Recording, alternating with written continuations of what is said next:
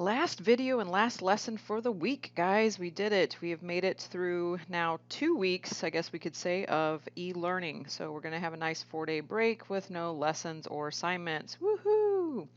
Okay, so we're finishing off with our notes. And yesterday we finished or started talking about rational exponents, again, which means fractional exponents. So we're going to do some examples with those. And looking at this first one, we are going to use our exponent rules with this just to get the hang of it, and then we'll simplify it if we can. All right, so we do have the product where I have the same base value. So what am I going to do with those exponents? That is correct. We are going to add those exponents together. All right, so 1/2 plus 3/4 is going to be what? That is correct. It's going to be 5/4. All right, so 5/4. Now, let's write that as, again, so say we're on this deserted island, okay, and we don't have our calculator. How are we going to simplify this? Well, that would be the 4th root of 81 to the 5th power. And I know that the 4th root of 81 is 3, and then 3 to the 5th power does give us 243. All right, so, but again, if we're just converting it into rational exponent form, that would be the answer there. Okay, so once again, product, same base, the exponents get added. So you're going to have to take 1/8 plus 5/6. We are adding those two values together. It's as simple as that. 1/8 plus 5/6. Okay, so 1/8 plus 5/6, and again, you can go ahead and use your calculators for that, and then do your math fraction key. Does give you 23/24. So that's x to the 23/24. Okay, this one we can do one of two things. We can apply the power of a power rule and multiply those, or I can apply my product of a power rule and add the two, then take that to the power, which is what I'm going to do. I'm going to take 2/3 plus 1/6. 2/3 plus 1/6, and that gives us 5/6. So I have y to the 5/6 to the 3rd power. And now I have a power to a power, so now I'm going to multiply those two together. And I'm going to take 5/6 times 3, which gives me 5/2. So I have y to the 5/2. That's as simple as that. All right, multiply these values here. Okay, or I'm sorry, I said multiply. We're going to add those values together. So I'm adding these two together. So 1/3 plus 1/4 does give us 7/12. And then I'm going to take my power of a power rule. So right now I have z to the 7/12. And then I take that to the 3rd power. So that means that these two values now get multiplied. So I'm going to take 7/12 times 3. And that's going to give me 7/4. And that is our final answer, z to the 7/4. Okay. Next page has to do with division now. All right, so what do we do with our exponents when I'm dividing fractions? When I'm dividing fractions, those exponents get divided. Now again, this is a base number to an exponent, so we're not actually dividing 16 and a 16 because it's not fully 16, it's 16 to the 5/6, it's part of 16. So we're going to go ahead and subtract our exponents this time. So I'm going to take 5/6 minus 1/3, and that does give us 1/2. So I do end up with 16 to the 1/2. Now, because that is a number, let's just practice. What is 16 to the 1/2? That's the same thing as the square root of 16. That's how you would write a rational exponent as a radical. This becomes the index, so it's a square, and then my 1 was the power, so it's just 16 to the 1st. So basically we just get the square root of 16. So my final answer is 4. All right, now I'm going to take 8 to the 2/3 divided by 8 to the 1/3. Once again, what do we do with those exponents? That's right, we subtract.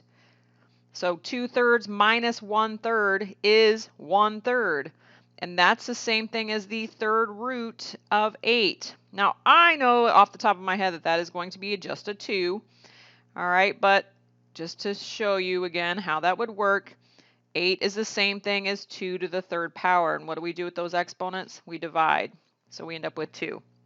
So 8 to the 1/3 over the cube root of 8 is 2.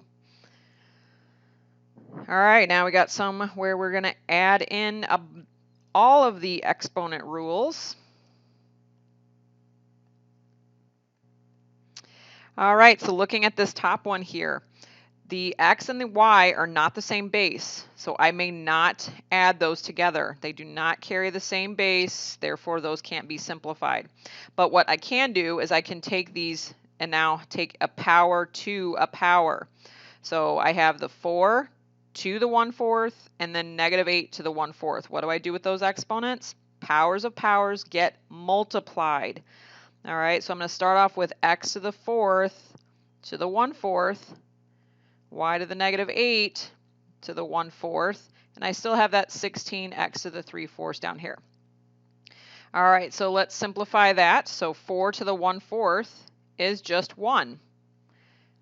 Y to the -8 to the 1/4, that gives me -2. Then I have 16x to the 3/4. Well, now I have to take a look at what I have left and see if I can simplify. All right, now I have the same bases here and here. The reason I didn't do it first is because, again, order of operations, powers have to go before, well, parentheses, then the power, then I can multiply or divide. All right, so now I can subtract those. So I can take 1 minus 3/4. 1 minus 3/4 is 1/4. All right, now when we subtract, it automatically goes to the numerator. Okay, and then if it's a negative, then you can switch its place in a fraction. But I'm going to subtract those two values. So I get x to the 1/4. It's a little bit high there. Let's move that down. X to the 1/4. Okay, now this y has a negative exponent, so I'm going to move that to the denominator to become positive, and this 16 stayed put. This 16 did not have a power. Only the x's had that power, so that's going to stay put. So it's x to the 1/4 over 16y squared. All right, now I'd like you to go ahead and pause it, try this next one, and see if you get the correct answer. Okay, so after you're done, come back and check your answer. All right, so first one, we're going to, again, multiply power of a power. And hopefully we have all this written down. I'm going to go ahead and erase that. That's the good thing about video is you can always rewind it and come back to where I was beginning, where I started. All right, so we have m to the 5th to the 1/5. I multiply those. That gives me m to the 1st. Multiply -20 times a 5th gives me -4. Then I have 3n to the 1/4. All right, now the n's are going to be the ones that we can now subtract our exponents. So we're going to take -4, it's already a negative, -4 minus a 4th. That actually gives you a -17/4. We do not want decimal answers. All right, so -4 minus a 4th is a -17/4. So you have n to the -17/4 over 3. Again, I didn't have to move that 3 because it does not have an exponent, so it just stays put. Now the last step, get rid of this negative exponent to get our final answer. So our final answer should be m over 3n to the 17/4. Hopefully you got that correct answer. All right, now I'm going to move on to the radical portion. So where this is helpful, or why rational exponents are important, is because if you remember from the beginning of this, when we started our e-learning, the rule for multiplying radicals is that the index has to be the same. As long as the index is the same, you can multiply those. Well, what happens if the index aren't the same? Well, right now we can't multiply those. A square root is not the same thing as a 4th root, so I'm not going to be able to multiply them. So what we are going to do, though, is convert them into its rational exponent form. The square root of x is the same thing as x to the 1/2 times the 4th root of x to the 3rd is x to the 3/4. Now guess what we can do? The bases are the same, so what can I do with these exponents? That is correct. We may add those.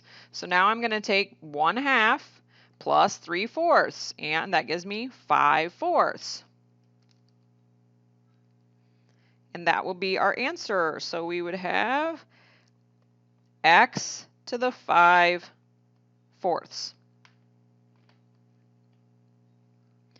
All right, well, let's do that again. Okay, simplifying those. So I have the 6th root of x and the 3rd root of x. Well, that's the same thing as x to the 1/6 over x to the 1/3. All right, well, now what do I do with those exponents is, it's division, so what do we do with those? Correct, we're going to subtract those, so that gives me x to the negative 1/6. All right, get rid of that negative exponent, so I end up with 1 over x to the 1/6. All right, and then I just have the one last example.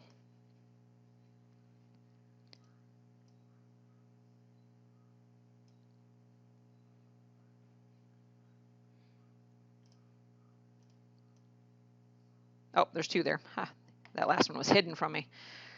All right, so you can give those a try again. Pause it if you would like, and then come back and make sure you can get the correct answer. But first off, we're going to convert that. That's x to the 3/5 divided by x to the 1/4. That's the exponential form. So we're going to take 3/5 minus 1/4, and that gives me 7/20. So I end up with x to the 7/20. And the last one, I have y to the 1, excuse me, I almost did that wrong. I have y to the 5/2 times y to the 2/3. And then what happens with those exponents? Boom, boom, butter, boom, boom. You add those together. All right, so I'm taking 5/2 plus 2/3, and that gives us 19/6. So I end up with y to the 19/6. And that is it. All right, so there have been, quite a few assignments been given on this e-learning. So you do have a 4-day break. If you haven't been caught up on stuff, take this opportunity, get caught up on your materials. All right, you can't go anywhere anyway. Okay, so might as well do some math, right? Okay, all righty. So that is it for today.